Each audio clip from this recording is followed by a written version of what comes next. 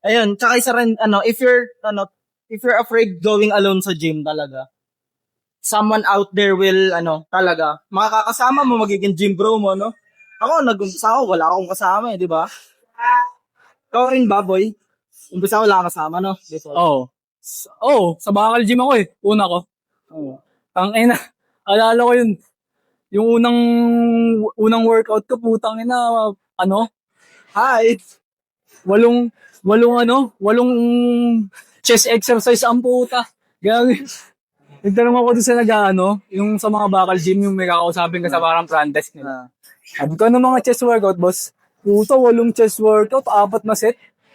4 sa araw na. Isang araw lang. Puta, kinabukasan, parang sabi ko, makabalik pa ba ako? Yeah. Pero, learnings din talaga. Kailangan mo munang magkamali, take risk. Hindi, Yun una lang talaga. Kasi, alam ko, yung iba talaga natatakot mapunta. Si Shane, payat sila, may intimidate, mataba sila, may intimidate. Pero, huwag niyo isipin yun. Everyone here trying to improve themselves. Tapos, makakahanap ka ng tao na like-minded, na parang tutulungan ka, di ba? Mahirap. Kailangan mo muna talagang mahirap kasi i-critic yung sarili mo eh. Oo. Konti lang kasi yung kayang gumawa nun eh. Magiging honest ka sa sarili mo. That's the beauty of it, eh, di ba? Titingin ka sa salamin na, tangina, bano ako. Yung gano'n, yung i-admit mo yun. Kasi tayo, ang hirap eh. Kasi pag once na kaya mong i-admit yun, meron for improvement ka pa. Kumbaga may chance ka pa na nakikita mo sa sarili mo na, tangina, bano ko ah. Parang kailangan kong step up. Oo. Ako nga dati, nag-umpisa ako skinny fat boy. Oo. Akala ko okay yung katawan ko eh. Pero I look in the mirror, payat ka, tama yung timbang mo, pero ang taba mo, skinny fat, di ba? Amang ganon. So yun, you need to improve something, aspect in your life. You can start with fitness, reading books, yun yan. Ulit-ulit yung sinasabi ganon. Ganda rin kasi talaga. Ganyan. Instead of, doom scrolling, doing nothing. Kaiga ka lang, tangina, ubos yung araw mo.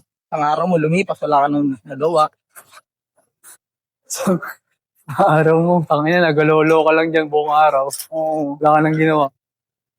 Nakakasad, no? Oo. May mga hindi nakaka-recover sa ganun. Hanggang mamatay sila, ganun na lang yung ginagawa nila. Sa Japan, di ba? Daming ganun sa Japan.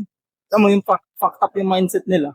Pero hindi mo masisisi kasi yung in-instill ng society sa kanila. So tayo, hanggat naririnig nyo itong mga sinasabi namin. Dapat napapadalawang isip na kayo. Ang sinasabi namin dito, hindi naman namin tinatry i-save lahat. Parang kumaga, may mga tao talagang maging ganun. Yun na talaga yun. Ang sinasabi na, kung narinig mo, kung kaya huwag ka mo. na maging ganun. Huwag ka na umengclude doon, di ba? At saka kung ano ka, basta alam mo naman sa sarili mo yun na hindi lang ako ganito hanggang mamatay. Parang may napapaisip ka ng ganun, di ba? Oo. Ibig sabihin, meron kang something in you. Kasi napapaisip ka ng ganun eh. Hindi kayong parang NPC lang na go with the flow lang.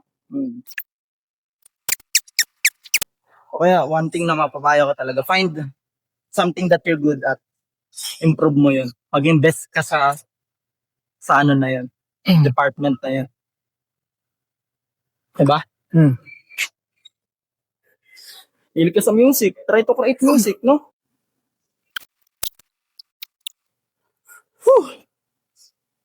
ML Lord, Skinny Pop. Inom.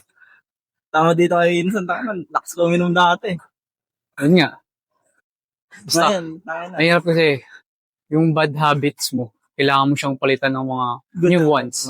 Good habits. Kaya most of sa atin, nahihirapan kasi habit natin is mag-inom, sanay tayo mag-inom, or basta mga bad habits, tapos papalitan mo. Kasi bawal yung ititigil mo lang yung bad habit, tapos wala kang gagawin na bago. Babalik din yun.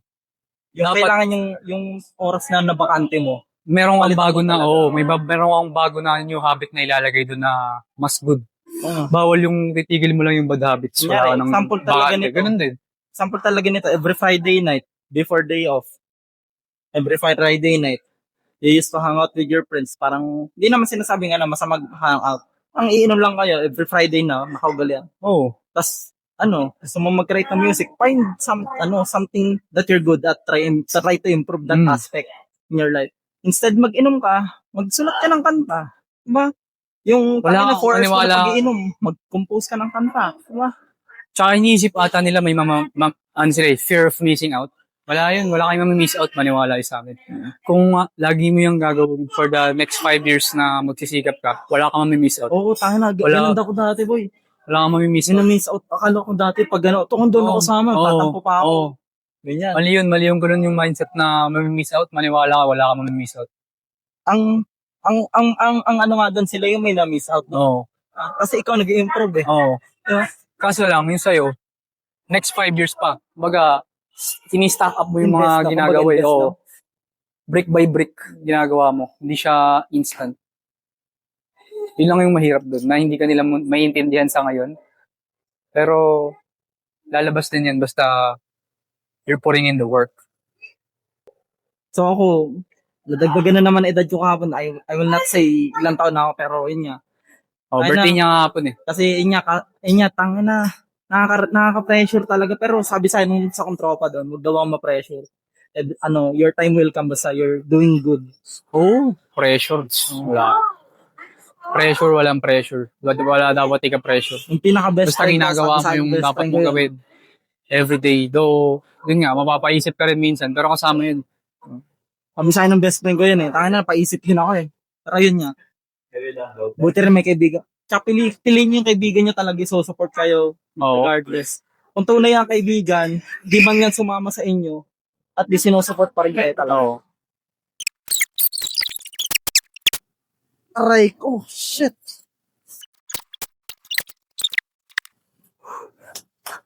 Nice one.